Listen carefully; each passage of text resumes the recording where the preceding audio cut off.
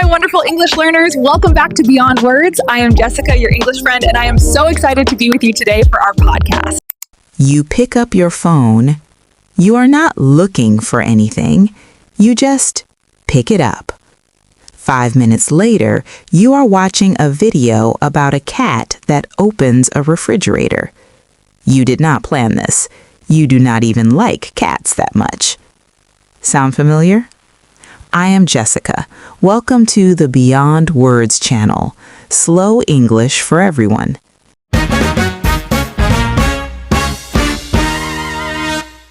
Today, let us talk about your phone and why it is so hard to put it down. Let me describe a moment. You're sitting somewhere, maybe on a sofa, maybe on a bus, maybe in bed before you sleep. You have nothing urgent to do, nothing that needs your attention, just a quiet moment, and the quiet feels uncomfortable. So you pick up your phone. You open Instagram. You already saw everything. You close it. You open YouTube. You watch 30 seconds of something. You skip. You open Instagram again. Nothing new. You close the phone. You put it on the table. 10 seconds later, you pick it up again. Why do we do this? What are we actually looking for when we scroll? Because I don't think it's a cat video. I think it's something else, something deeper, something very human. Let me tell you about a Sunday afternoon. It was quiet, beautifully quiet. No work, no plans, just me and a cup of tea. And I couldn't enjoy it. I picked up my phone. I put it down. I picked it up. I put it down. I looked out the window. Nice view. A tree. Some clouds. 30 seconds later, phone again. And I remember thinking, what is wrong with me? I have everything I need right now. Why can I not just sit here? And I think a lot of people feel this. We have a quiet moment, and instead of feeling rested, we feel restless. We want to do nothing, but doing nothing feels impossible. So why do we do it? Why do we scroll when we are bored? Here's the answer, and I think it will surprise you a little. We are not scrolling because we are bored. We are scrolling because we are uncomfortable with doing nothing. Think about it. When was the last time you sat quietly with no phone, no music, no podcast, and just existed? Really, when was the last time? For most people, it's very hard to remember.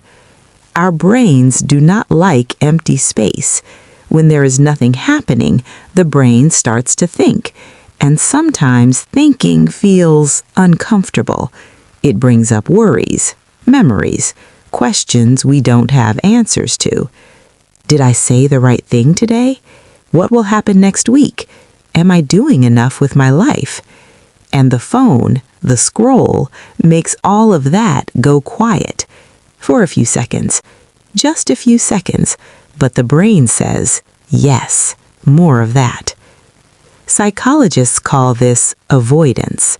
Not a big word, a simple idea. We avoid the uncomfortable feeling of quiet by filling it with something, anything, even a video about a cat opening a refrigerator. But here's what I find interesting. The scrolling doesn't actually help. We scroll for 10 minutes, and when we stop, we feel exactly the same, or sometimes a little worse, because we gave our brain the quick snack it wanted, but the real hunger, the real need, is still there. So what is the real hunger? I think it's this. We are not looking for content. We are looking for connection, or stimulation, or meaning. Something that makes us feel less alone, less empty, less like we are just sitting in a room with our own thoughts. And the phone promises that. every single time with a small bright screen and an endless scroll. It says, "Keep looking. Something good is coming. Just one more. Just one more." Now, I don't want to tell you to delete your phone. That's not realistic, and it's not the point. But I want to give you 3 small things you can actually try. The first thing is notice the moment before you pick up the phone. Just notice it. Before you reach for it, pause for 1 second and ask yourself, what am I feeling right now? Bored? Anxious? Lonely? Just uncomfortable? You don't have to fix the feeling, just notice it.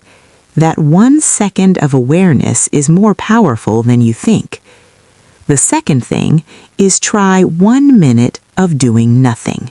Just 1 minute, 60 seconds, no phone, no music, no podcast. Just sit, look around, breathe. It will feel uncomfortable at first. That's normal. That discomfort is not a problem. It's just your brain learning that quiet is safe. The third thing is replace the scroll with something real. When you feel the urge to pick up your phone, try something small instead. Make a cup of tea. Look out the window for 30 seconds. Write 1 sentence about how you feel in English.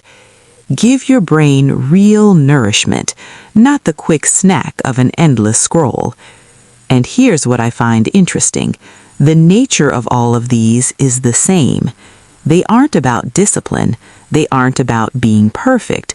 They're about getting to know yourself a little better each day. What do you actually need when you reach for that phone? That question is worth asking. Now, welcome to our English Corner.